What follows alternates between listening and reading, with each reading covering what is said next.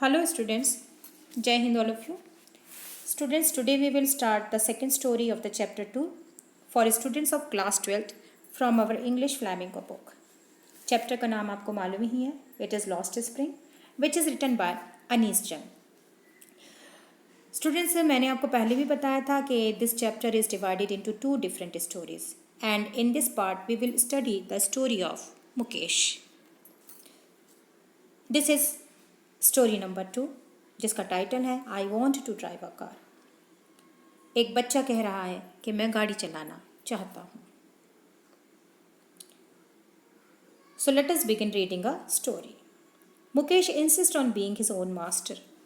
I will be a motor mechanic, he announces.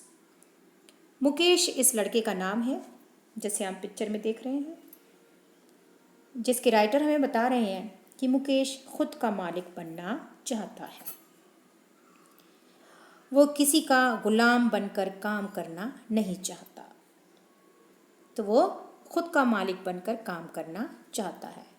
और ये वो अनाउंस करता है कि I will be a motor mechanic. वो ऐसे कहता है जैसे कि वो एक बहुत बड़ा आदमी है. तो यहाँ राइटर उससे पूछती हैं, do you know anything about cars? क्या तुम्हें गाड़ियों के बारे में कुछ पता भी है? तो उस पर इसका जवाब, मुकेश का जो जवाब है वो क्या था? I will learn to drive a car. कहता है मैं गाड़ी चलाना सीख लूँगा. He answers looking straight into my eyes. उसकी आंखों में क्या है? एक कॉन्फिडेंस है, एक डिटर्मिनेशन है, जिससे हमें ये पता चलता है कि मुकेश बहुत एम्बिशियस है.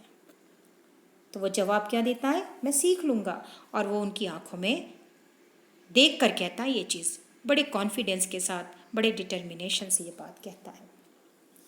His dream looms like a mirage amidst in the middle of the dust of streets that fill his town Firozabad, famous for its bangles. Looms like a mirage. It means seems that it will be true in the future but actually it will not be so.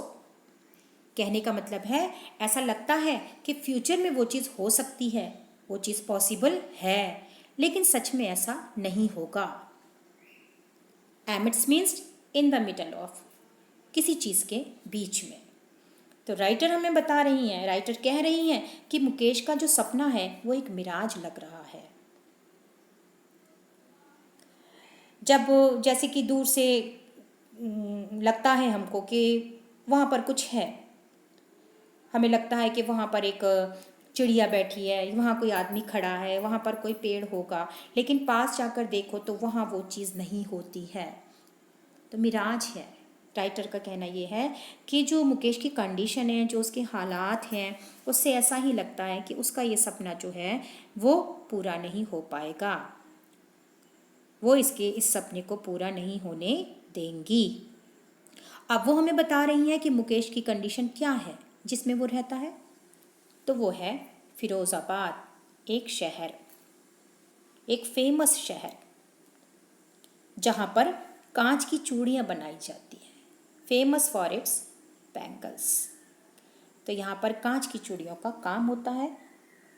और इस शहर की जो streets हैं वहाँ पर बहुत dust है, उसी के बीचों बीच में ये रहता है.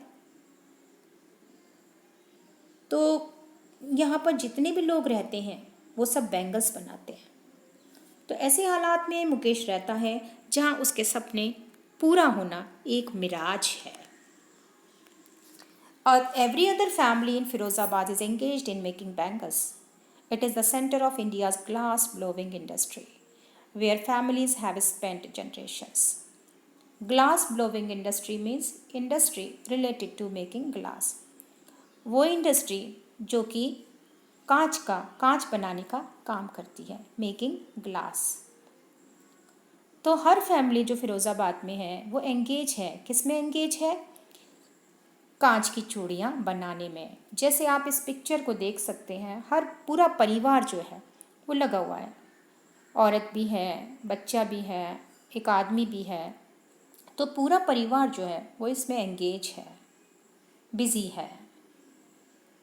और फिरोज़ाबाद फेमस क्यों है? क्योंकि ये सेंटर है ग्लास बोल ब्लोविंग इंडस्ट्री का, where families have spent generations. तो सदियों जो पूर्वज करते चले आए, सदियों से करते आए, तो वैसे ही इनके जो परिवार वाले यहाँ रहते हैं उनकी फैमिलीज़ में ये काम जो था वो एक जनरेशन बन गया था, एक जनरेशन से चलता चला आ रहा था। तो इसलिए वो कह रही हैं कि यहाँ फिरोज़ाबाद में हर फैमिली जनरेशन से, सदियों से यही काम करती आ रही है। Mukesh family is among them. उसी में एक फैमिली थी मुकेश की, वही मुकेश जिससे अनीस जंग का सामना हुआ है, इंटरेक्ट हुई है वो। None of them know that it is illegal for children like him to work in the glass furnaces with high temperatures in dingy cells without air and light. Dingy means dark and dim, जिसमें बहुत अंधेरा होता है। Light जो है वो कैसी है वहाँ पर? डिम है, हल्की है। तो उसी में एक फैमिली थी मुकेश की, वो भी यही काम किया करते थे। कौन सा काम? बैंगल मेकिंग का काम, राइटर बता रही हैं। और उनमें किसी को ये नहीं पता था कि बच्चों से काम कराना, किन जैसे बच्चों से? मुकेश जैसे बच्चों से। ये छोटी बच्ची जैसे आप देख रहे हैं, तो ऐसे ही मुकेश की तरह और भी बच्चे थे वहाँ पर जो काम करते थे, कि ऐसे बच्चों से काम कराना इल्लीगल है। और वो काम कहाँ कर रहे हैं? To work in the glass furnaces, गरम गरम भट्टियों में, फर्नेसेस में, विद हाई टेम्परेचर्स, जहाँ पे टेम्परेचर भी बहुत हाई है। आग जलाकर काम किया जा रहा है, तो आग जो जलाई जाती है उससे कांच को पिघलाया जा रहा है। और जिस कमरे में वो काम कर रहे हैं वो कमरा बहुत डार्क है, अंधेरा है। विदाउट एयर एंड लाइट, जिस पर ना तो कोई रोशनी है ना ही हवा आती है उसमें। That the law, if enforced, could get him and all those 20,000 children out of the hot furnaces where this log their daylight hours, often losing the brightness of their eyes. Slog means work hard. Daylight hours of the day when there is sunlight. तो दिन के वो समय जब क्या होती है? Sunlight पड़ती है। Brightness of their eyes refers to the power to see. तो राइटर कहती हैं अगर लॉ एनफोर्स हो गया, लॉ क्या कहता है? लॉ कहता है child labour is a crime. तो बच्चों से काम कराना गैर कानूनी है। अगर ये लॉ एनफोर्स हो गया तो क्या होगा कि ये जो बच्चे हैं, कौन से बच्चे? ये जो मुकेश और उनके जैसे 20,000 बच्चे जिन्हें गरम गरम फर्नेसेस में काम करने को कहा जाता है, सारा सारा दिन वो स्लॉग करते हैं, मेहनत करते हैं। कब करते हैं? डे लाइट आवर्स में करते हैं। और इनकी जो आँखें हैं, इन बंद कमरों में अगर ये काम करेंगे तो इनकी जो आँखें हैं, इनकी ब्राइटनेस जो है वो ये लूज़ कर रहे हैं, कमज़ोर हो रही हैं उनकी आँखें, आई साइट ख़त्म होती जा रही है। तो अगर ये लॉ एनफोर्स हो गया तो क्या होगा?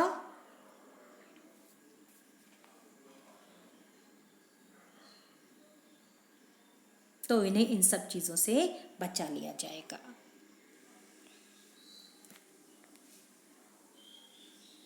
Mukesh eyes beam as he volunteers to take me home, which he proudly says is being rebuilt. अब जब अनीस जंग ने ये देख लिया कि मुकेश वहाँ काम करता है, उनकी फैमिली भी उनमें से एक है, और ये सब चीज़ें देखने के बाद कि गरम गरम भट्टियों में ये काम करते हैं, पिघलाते हैं उसको, कांच को, बंद कमरा है। अब मुकेश जो है वो राइटर को अपने घर की तरफ ले जा रहा है। मुकेश आइज बीम, मुकेश की आंखें बड़ी चमक रही हैं। क्यों चमक रही हैं? क्योंकि वो किसको लेकर जा रहा है? एक राइटर को, एक बड़े आदमी को लेकर जा रहा है अपने साथ। तो इसलिए उसकी आंखें बड़ी चमकी हुई हैं कि चलो मेरे घर पर कोई जा तो रहा है मेरे साथ। तो वो उसे उसके घर ले जा रहा है, ले जा रहा है। Which he proudly says is being rebuilt, और बड़े गर्व से कह रहा है कि मेरा जो घर है ना वो बन रहा है, दोबारा से तैयार हो रहा है। अब उसका घर कैसा है ये भी हम देख लेते हैं। फिर भी वो बड़े गर्व से कह रहा है। We walk down stinking lanes choked with garbage, past homes that remain hovels with crumbling walls, wobbly doors, no windows, crowded with families of humans and animals coexisting in a primeval state. दोनों जा रहे हैं, we walk down कह रही हैं, बता रही हैं राइटर भी कि हम दोनों चल दिए। तो वो जो गली है जहाँ से वो निकल रहे हैं, वो लेन्स जो हैं उनमें बड़ी बदबू आ रही है, स्टिंकिंग, बैड स्मेल है। और पाइप्स जो हैं यानी सीवेज पाइप्स जो होते हैं उनमें कचरा भरा हुआ है जिससे वो चोक्ड हो चुके हैं, बदबू आ रही है गंदी गंदी, इसीलिए गंदी बदबू आ रही है वहाँ से, क्योंकि कचरा भरा हुआ है, फंसा हुआ है सब जगह पर, ब्लॉक्ड है। और वहाँ और भी छोटे छोटे घर हैं, उधर से होते हुए गुजरते हुए, पास्ट होम्स का मतलब है वहाँ से गुजर रही हैं। That remain hovels with crumbling walls. Crumbling means falling down, hovels means झुग्गी झोपड़ियाँ जिसे हम कहते हैं, छोटे छोटे मकान जो होते हैं उन्हें हम मकान नहीं कहते हैं, वो कच्चे घर हैं, झुग्गी झोपड़ियाँ हैं, स्लम एरिया जिसे हम कहते हैं। तो वहाँ से होती हुई गुजर रही हैं, वहाँ से जो घर हैं जो पास जहाँ से गुजर रही हैं वो जो घर हैं वो कैसे हैं, स्लम हैं, गंदे गंदे से घर हैं, झुग्गी झोपड़ियाँ टाइप घर हैं, प्लास्टिक पड़ा हुआ है इस तरीके से। और जो उनके घर में जो दरवाजे हैं वो कैसे हैं, वॉबली हैं, ढीले ढाले हैं। और दीवारें जो हैं वो क्रम्बल कर रही हैं, टूटी हुई हैं, नीचे गिरी जा रही हैं, खिड़कियां नहीं हैं वहाँ पर, भीड़ है, फैमिलीज़ की भीड़ है, इंसान भी रहते हैं और जानवर भी साथ में रहते हैं, दोनों लोग साथ में वहाँ पर रहते हैं। और ऐसा लगता है कि जैसे ये कोई प्रिमाइवल स्टेट में है, यानी कि जैसे हम कह सकते हैं कि जैसे आदि मानव लोग होते थे, वहाँ पे जानवर और इंसान सब साथ में रहते थे, तो को एग्जिस्टिंग इन अ प्रिमाइवल स्टेट। अब वो लोग मुकेश के घर पहुँच चुके हैं। मुकेश ने क्या किया, एक घर के दरवाजे के आगे वो खड़ा हो गया है, वो हिट करता है, बैंग्स करता है, बैंग्स मीन्स हिट करना। कौन किसको करता है हिट, दरवाजे को, जो उसके घर का दरवाज़ा है जो कि आयरन डोर का बना हुआ है। अपने पैरों से कर रहा है, हाथ से नहीं कर रहा है, बड़ा गर्व है उसको। और आकर एकदम वो करा, उसने लात मारी एक, और दरवाज़ा खुल जाता है। और वो दोनों जो घर है, कौन सा घर, जो कि हाफ बिल्ट है, half built shack. Shack means a रफली बिल्ट हट, मतलब रफ तरीके से तैयार किया हुआ है कि बस हाँ चलाऊ काम चलाऊ जिसे हम कहते हैं, वैसा घर है। और वो उसमें अंदर एंटर कर जाते हैं। In one part of it, thatched with dead grass, is a firewood stove over which sits a large vessel of sizzling spinach leaves. एक कोने में, in one part of it, जैसे आप इस पिक्चर में देख रहे हैं, बस वही चीज़ ये समझ लीजिए एक्सप्लेन की गई है। एक कोने में क्या हो रहा है, covered with dry grass, thatched means covered with dry grass with dead grass, जैसे हम कह सकते हैं, सूखी घास जिसे हम कहते हैं। तो वहाँ क्या हो रहा है, एक चूल्हा जल रहा है जिस पर एक बर्तन रखा हुआ है, और वो चूल्हा जो जलाया जा रहा है वो सूखी घास से और कुछ लकड़ियाँ पड़ी हैं उनसे उसको जलाया गया है, जिसके ऊपर एक बर्तन रखा है, वो सिजल कर रहा है। सिजल यानी छोंक की है तो छोंक की आवाज़ आ रही है, उसमें से सिजलिंग की आवाज़ आ रही है। जब हम कोई चीज़ पकाते हैं तो उसमें आवाज़ आती है। क्या पक रहा है, पालक की सब्ज़ी पक रही है। On the ground in large aluminium platters are more chopped vegetables. जैसे यहाँ आपने देखा एक चूल्हा जल रहा था, इसी तरीके से यहाँ पर नीचे आप इस तरफ भी देख सकते हैं, कुछ बर्तन पड़े हैं जो कि एल्यूमिनियम के हैं, बड़े बड़े बर्तन। प्लेटर्स मीन्स बड़े बड़े बर्तन, जिनमें कुछ सब्जियाँ कटी हुई पड़ी हैं। तो बड़े बड़े बर्तन भी रखे हैं ज़मीन पर, ऑन द ग्राउंड।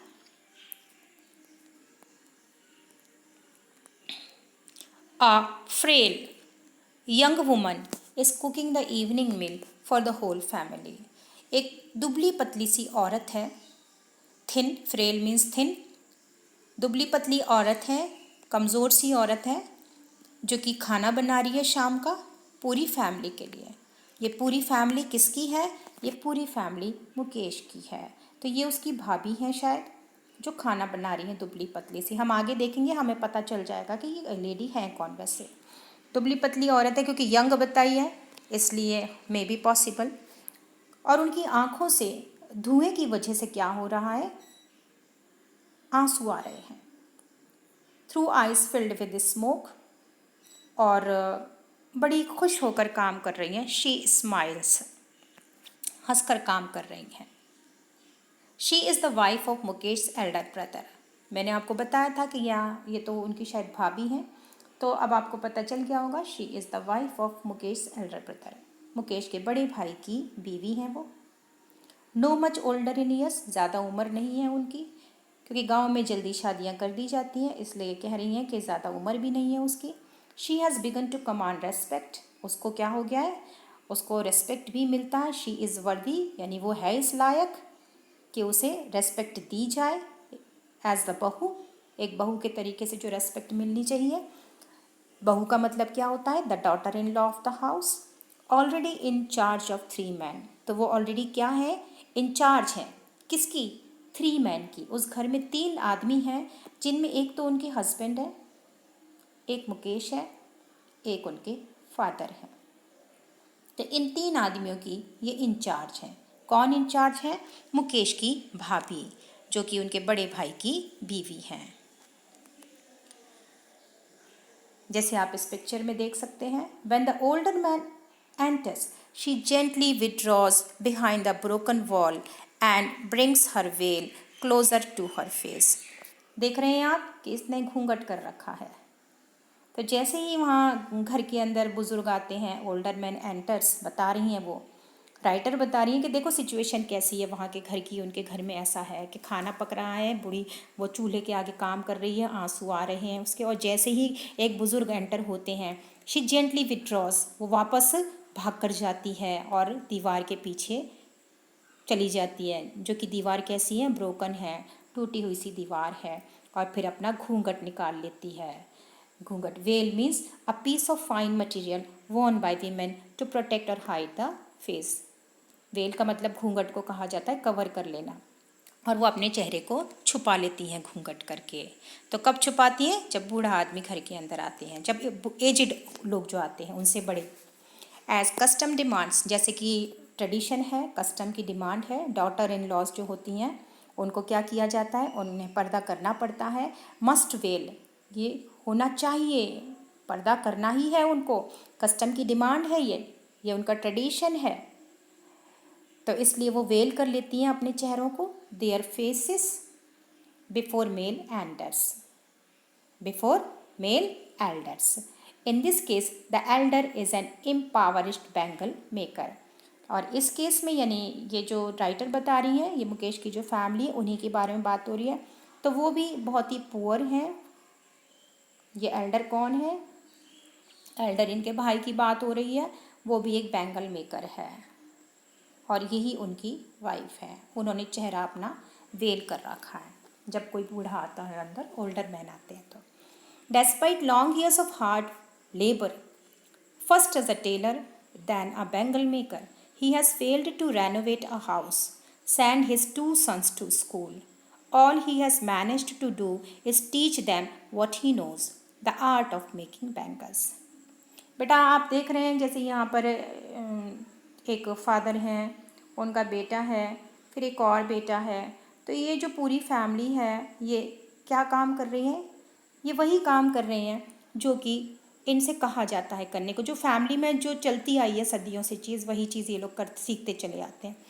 तो यहाँ राइटर बता रही हैं, अनीस जंग कहती हैं कि despite long years of hard work, कि इतने लंबे समय से, लंबे सालों से, इतने सालों से इतना हार्ड वर्क किया। किन्होंने, इनके फादर ने, मुकेश के फादर ने, इतना मेहनत करने के बावजूद। तो पहले कौन थे ये, पहले टेलर रहे वो, उसके बाद वो बैंगल मेकर का काम करने लगे, वो बैंगल बनाने लग गए थे। वो किस चीज़ में फ़ेल हो गए, वो अपना घर बनाने में फ़ेल हो गए, जबकि उन्होंने बहुत मेहनत की सालों से, लेकिन वो अपना अभी तक घर नहीं बना पाए, और ना ही अपने बच्चों को स्कूल भेज पाए कभी। तो इन चीज़ों में वो फ़ेल हो चुके हैं। पहले टेलर थे, फिर उसके बाद बैंगल मेकर बन गए, लेकिन अपनी फैमिली को और अपने घर को बनाने में वो इतने कामयाब नहीं हुए। जो कुछ भी उन्होंने सिखाया, all he has managed to do is teach them what he knows, जो कुछ वो जानते थे वो कुछ उन्होंने उनको सिखाया। किन को सिखाया, मुकेश को और मुकेश के बड़े भाई को, दोनों को क्या सिखाया, the art of making bangles, यानी चूड़ियों का काम करना सिखा दिया कि चूड़ियाँ कैसे बनाई जाती हैं। इट इज़ हिज कर्म, his destiny, says Mukesh grand mother.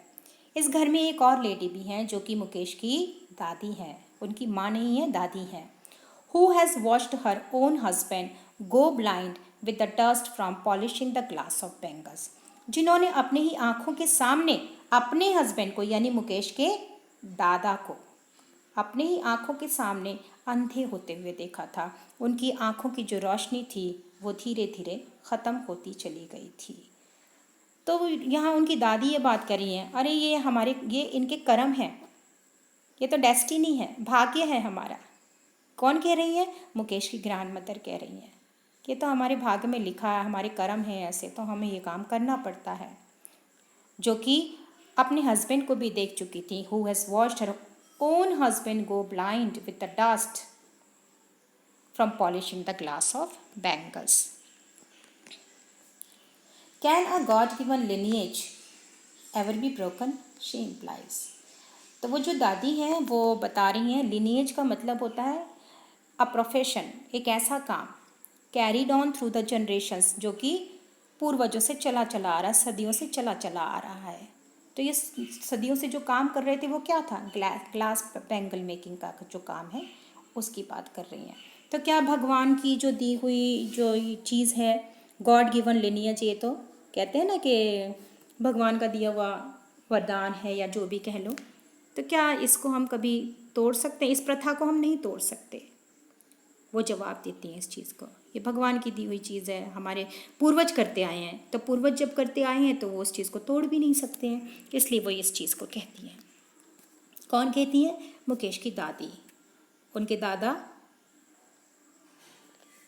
born in the caste of bangle makers, they have seen nothing but bangles in the house, in the yard, in every other house, every other yard, every street in Firozabad.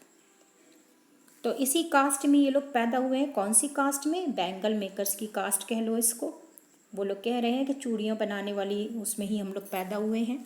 हम जब से पैदा हुए हैं हमने यही चीज़ देखी है, इन्होंने यही चीज़ देखी। They have seen nothing but bangle, सिर्फ चूड़ियाँ ही चूड़ियाँ उन्होंने अपनी ज़िंदगी में देखी जब से वो लोगों ने आंखें खोली हैं इस दुनिया में। तो कह रहे हैं घर में भी चूड़ियाँ, ओपन एरिया जो होता है घर के पीछे का जो हिस्सा होता है यार्ड, उधर भी हम लोगों ने चूड़ियाँ देखी हैं। तो राइटर बता रही हैं, देखो यहाँ पे चूड़ियाँ कितनी हैं, घर में भी चूड़ियाँ, पीछे के आंगन में भी चूड़ियाँ, हर दूसरे घर में चूड़ियाँ, हर दूसरे घर के आंगन में चूड़ियाँ, और हर सड़क पर चूड़ियाँ। तो चूड़ियाँ ही चूड़ियाँ वहाँ पे दिखाई दे रही हैं। अब राइटर अनीस चंद जो है वो चूड़ियों के बारे में बताती हैं कि चूड़ियाँ कैसी कैसी हैं। Spirals of bangles, Sunny gold, pedi green, royal pink, अलग अलग कलर की चूड़ियाँ हैं जो उनके बारे में राइटर एक्सप्लेन कर रही हैं कि देखो इस तरीके की कलर्स हैं, 7 कलर्स ऑफ द रेनबो। तो every colour born out of the 7 colours of the rainbow, her colour में से क्या निकल कर आता है? रेनबो का कलर निकल कर आ रहा है। यानी इतनी अच्छी अच्छी कलर की चूड़ियाँ वहाँ मिलती हैं। और कहाँ पड़ी हैं? लाई इन माउंट्स, ढेर में पड़ी हैं, ढेर में। माउंट्स, माउंट्स मीन्स हीप्स, बहुत सारी पड़ी हैं। इन अनकैम्प्ड, अनकैम्प्ड मीन्स जिनकी कोई परवाह भी नहीं कर रहा है। अभी हम लोग होंगे तो हम कहेंगे अरे चूड़ी टूट जाएगी यार, दोबारा खरीदनी पड़ेगी, लेकिन ये लोगों को इन चीज़ की कोई परवाह नहीं है। माउंट्स पे पड़ी हैं चूड़ियाँ, कोई ध्यान नहीं दे रहा है इन चीज़ों पर। पाइल्ड बना हुआ है, पाइल्ड यानी एक के ऊपर एक जो हम बना कर रख देते हैं उसे कहते हैं पाइल्ड बनाना। सीढ़ी टाइप बना दिया, पाइल्ड कर दिया है, टॉप एक के ऊपर एक, एक के ऊपर एक रखिए। ऑन 4 व्हील्ड हैंड कार्ट्स, किस में रखी है?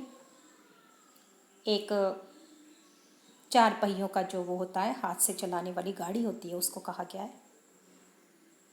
पुश्ड बाय यंग मैन, और एक यंग लड़का है उसके बारे में बता रहे हैं। एक नहीं है, कई हैं, मैन की बात हो रही है, प्लूरल फॉर्म है बेटा।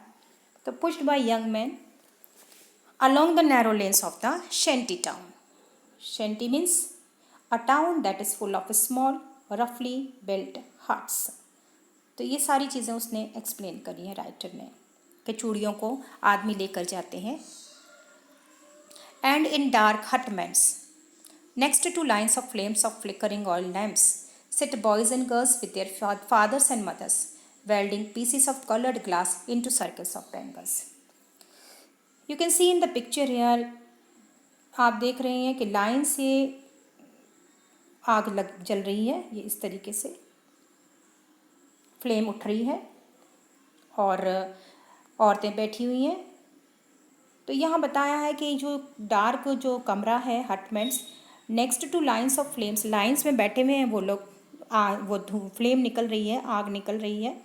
और ऑयल लैम्प्स में, ये आप ऑयल लैम्प्स भी देख रहे होंगे, ऑयल लैम्प्स जल रही हैं, उसमें से आग निकल रही है। इस तरीके से लाइन में बैठे हैं ये लोग। बॉयज़ भी होते हैं, गर्ल्स भी होती हैं, अपने फादर के साथ, अपनी मदर के साथ। और क्या करती हैं वो, वेल्ड करती हैं, चूड़ियों को सर्किल देती हैं। कलर जो ग्लास होता है, कलर जो कांच होता है, उसको शेप देती हैं ताकि ये चूड़ियाँ जो हैं वो गोल बन सकें। Their eyes are more adjusted to the dark than to the light outside. That is why they often end up losing their eyesight before they become adults. Writer यहाँ ये कह रही हैं कि उनकी जो आँखें हैं वो अब इसमें क्या हो गई हैं, एडजस्ट हो चुकी हैं to the dark than to the light outside. तो बाहर जो लाइट होती है उससे ज़्यादा अब इन लोगों ने अंधेरे में अपनी आँखों को एडजस्ट कर लिया है। तो अब उन्हें ज़्यादा परेशानी नहीं होती है क्योंकि वो एडजस्ट हो चुके हैं इस चीज़ से। That is why they often end up losing their eyesight. इसीलिए क्या होता है कि इनकी जो आँखें हैं वो बहुत जल्दी क्या हो जाती हैं, कमज़ोर हो जाती हैं। They lose their eyesight before they become adults. जब तक वो बड़े होते हैं वो अपनी आँखें उनकी कमज़ोर हो चुकी होती हैं। So here I have completed your this part. We will continue it in the next video. Thank you all of you.